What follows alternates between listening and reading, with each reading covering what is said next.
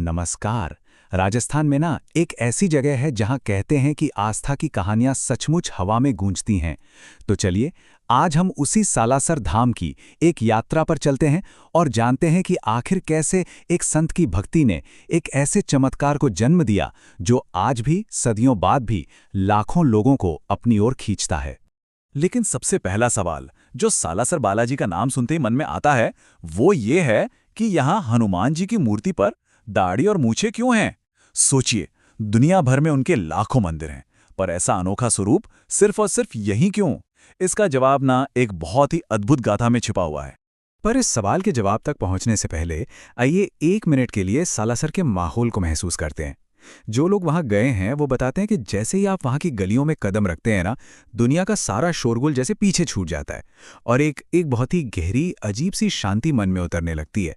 ऐसा लगता है जैसे वहां की हवा में ही कोई दिव्य शक्ति घुली हुई है। तो फिर इस अनोखी मूर्ति का रहस्य क्या है?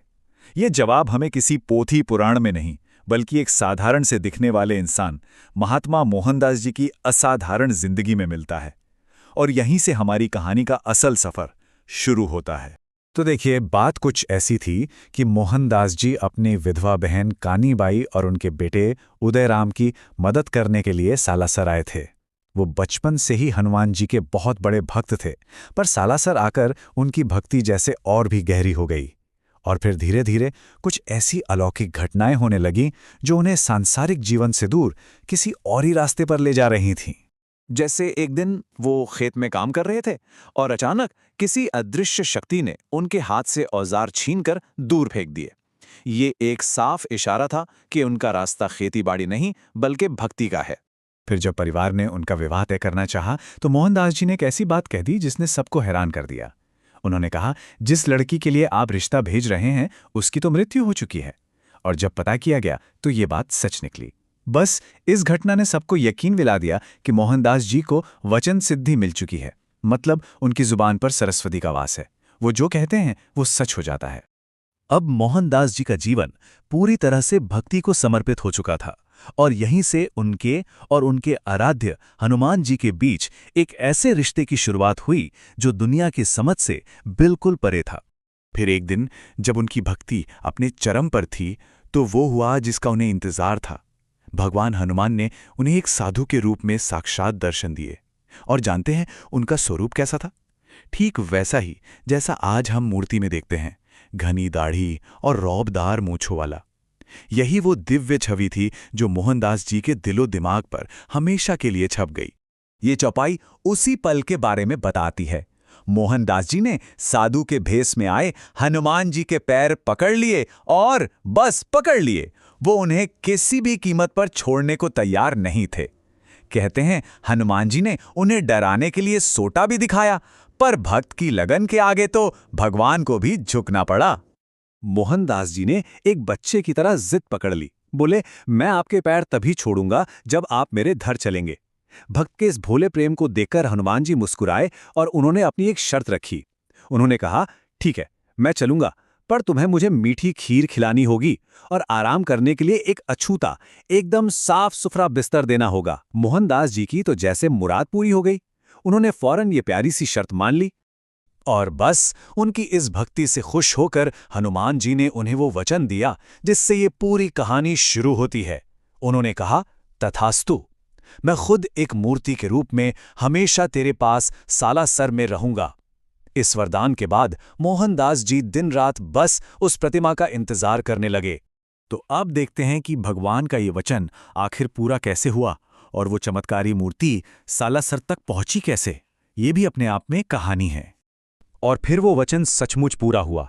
विक्रम संवत 1811 में पास के ही असोटा गांव में एक किसान अपने खेत में हल चला रहा था और अचानक उसे वही मूर्ति मिली। उसी रात वहां के ठाकुर को सपने में खुद हनुमान जी ने आदेश दिया, ये मूर्ति मेरे भक्त मोहनदास के लिए है, इसे सालासर पहुंचा दो। और फिर देखिए चमत्कार, जिस बैलगाड़ी में मूर्ति को ले जाया जा रहा था वो सालासर में एक खास जगह पर आकर अपने आप रुक गई और बस वही जगह मंदिर के लिए चुन ली गई। इसमें एक दिलचस्प बात और है। जब किसान को मूर्ति मिली तो उसने तो उसे एक साधारण पत्थर समझकर फेंक दिया था, लेकिन उसकी पत्नी ने मूर्ति को साफ किया और उसकी दिव्यता को पहचान लिया। और जानते हैं उसने सबसे पहला भोग किस चीज का लगाया? बाजरे के चूरमे का। और यही वजह है कि आज तक सालासर में बाजरे का चूरमा प्रसाद के रूप में चढ़ाने की परंपरा है।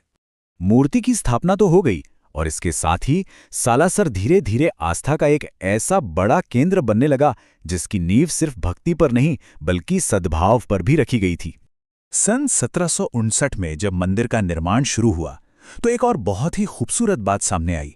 इस मंदिर को बनाने वाले मुख्य कारीगर कौन थे पता है? नूर मोहम्मद और दाऊ। ये सिर्फ एक फैक्ट नहीं है, ये इस बात का सबूत है कि इस पवित्र स्थान की नींव सिर्फ ईंट पत्थरों से नहीं बल्कि प्रेम और आपसी सद्भाव से रखी गई थी। और एक और चीज है जो इस मंदिर को खास बनाती है। मंदिर की स्थापना के समय एक अखंड ज्योति जलाई गई थी, और आप यकीन मानिए वो ज्योति सन 1755 से लेकर आज तक बिना रुके लगातार जल रही है, जो भक्तों के अटूट विश्वास का प्रतीक है। तो ये तो थी इतिहास की बातें, लेकिन मोहनदास जी की विरासत आज भी सालासर की परंपराओं में और वहां आने वाले लाखों श्रद्धालुओं के अनुभवों में जिंदा है। वहां की सबसे प्रसिद्ध परंपरा है मनौती का नारियल बांधना। होता यह है कि भक्त अपने मन में कोई इच्छा या प्रार्थना लेकर एक नारियल को मंदिर परिसर में बांध देते हैं। ये एक प्रतीक है अपनी प्रार्थना को भगवान के पास छोड़ने का, और लोगों का अटूट विश्वास है कि बालाजी उनकी मनोकामना जरूर पूरी करते हैं। और ये परंपरा आगे कैसे बढ़ी? मोहनदास जी ने अपने भांजे उदयराम को मंदिर का पहला पुजारी बनाया, और तब से लेकर आज तक 7 पीढ़ियों से भी ज्यादा हो गए उन्हीं के वंशज मंदिर में सेवा पूजा की इस परंपरा को निभाते आ रहे हैं। फिर आया विक्रम संवत 1850, जब मोहनदास जी को यह महसूस हुआ कि उनका जीवन का जो मकसद था वो पूरा हो गया है, तो उन्होंने जीवित समाधि ले ली। मतलब ध्यान की गहरी अवस्था में रहते हुए उन्होंने अपनी मर्जी से अपना शरीर त्याग दिया। उनका समाधि स्थल आज भी मंदिर के अंदर ही है, और माना जाता है कि वो निरंतर वहां से अपनी ऊर्जा और आशीर्वाद देते रहते हैं। और आज भी, सदियों बाद भी जो लोग यहाँ आते हैं वे एक ही बात कहते हैं, जैसा कि एक श्रद्धालु ने बताया, यहाँ आते ही ना वाइब पूरी तरह बदल जाती है, मन एकदम शांत हो जाता है। ये वही शांति है, वही सुकून है जिसे मोहनदास जी ने अपनी भक्ति से इस जगह पर स्थापित किया था। और ये पूरी कहानी हम एक बहुत गहरे सवाल पे लाकर छोड़ देती है कि आखिर कैसे एक अकेले इंसान की सच्ची भक्ति एक ऐसे पवित्र स्थान का निर्माण कर सकती है जो आने वाली सदियों तक लाखों लोगों के लिए शांति और सुकून का केंद्र बन जाए। इसका जवाब शायद तर्कों में नहीं बल्कि वहां जाकर अनुभव करने में ही मिलता है।